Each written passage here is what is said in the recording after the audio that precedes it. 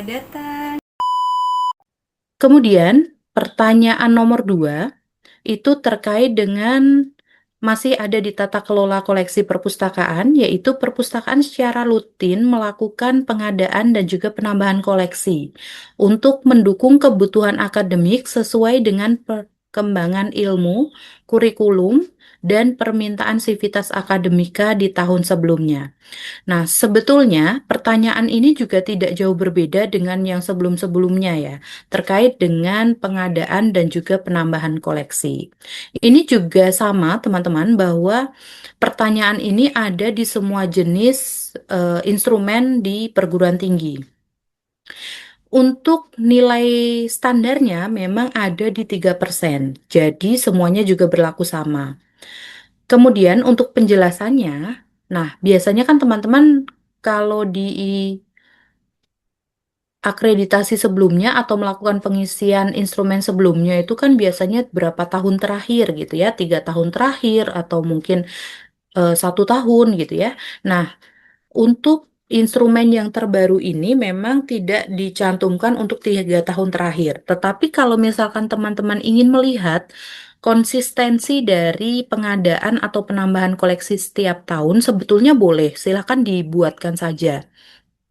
Tetapi untuk pertanyaan di nomor 2 ini sebetulnya hanya perbandingan itu atau peningkatannya dilihat dari tahun sebelumnya saja, sebetulnya itu.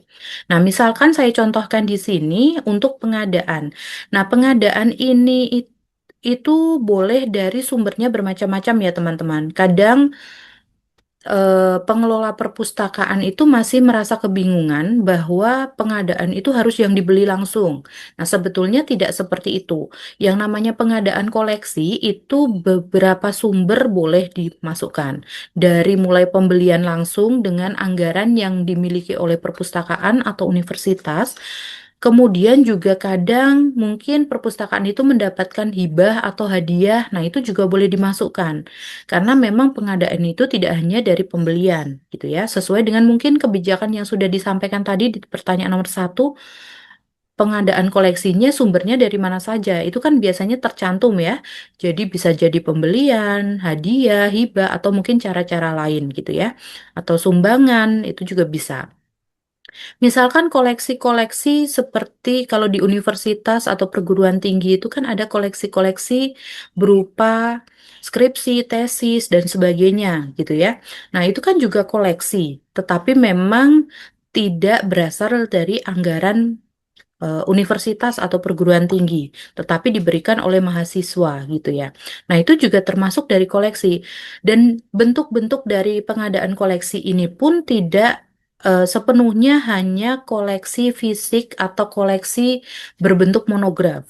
Tetapi ini bisa berbentuk berbagai macam, misalkan buku elektronik, kemudian CD, atau mungkin bisa jadi memorabilia dan sebagainya.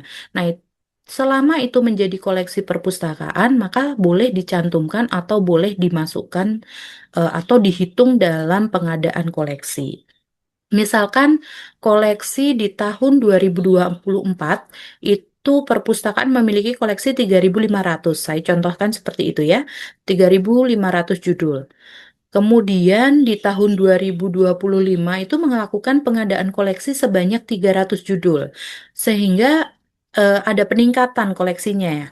Total keseluruhan di tahun 2025 akhir itu koleksi perpustakaan 3.800. Misalkan seperti itu ya.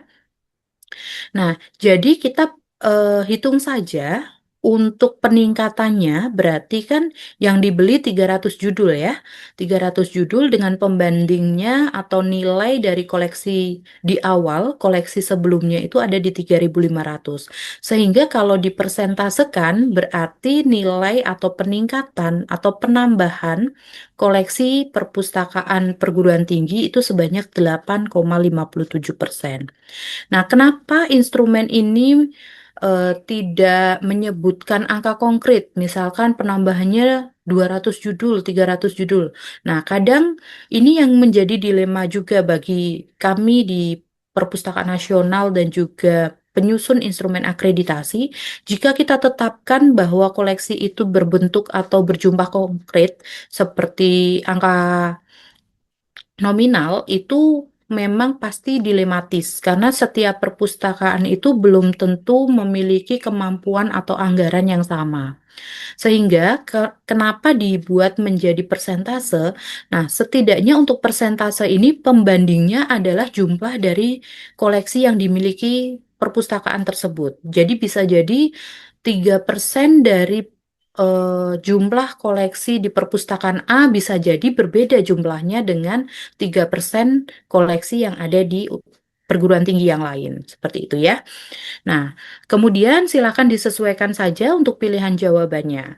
Kemudian untuk bukti fisiknya itu juga kita bisa mencantumkan berupa laporan tahunan pengembangan koleksi, karena biasanya kalau kita mengadakan koleksi itu kan ada laporannya ya.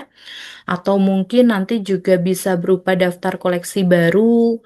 Biasanya tiap tahun itu juga pasti akan dicantumkan. Kemudian ada bukti invoice atau bukti pembayarannya gitu ya, berita acara pengadaan koleksi dan sebagainya. Atau mungkin bisa jadi untuk koleksi-koleksi tersebut juga bisa dilihat dari buku induk atau mungkin dari database perpustakaan, khususnya di bagian koleksinya. Akan memperlihatkan bahwa ada peningkatan atau penambahan koleksi. Kalau di aplikasi juga akan terlihat sebetulnya koleksi-koleksi tahun berapa di inputnya itu juga kan bisa menjadi laporan juga. Jadi nanti untuk bukti fisik itu silakan disesuaikan saja yang bisa menjawab eh, atau mendukung dari jawaban Bapak Ibu di perpustakaan. Seperti itu.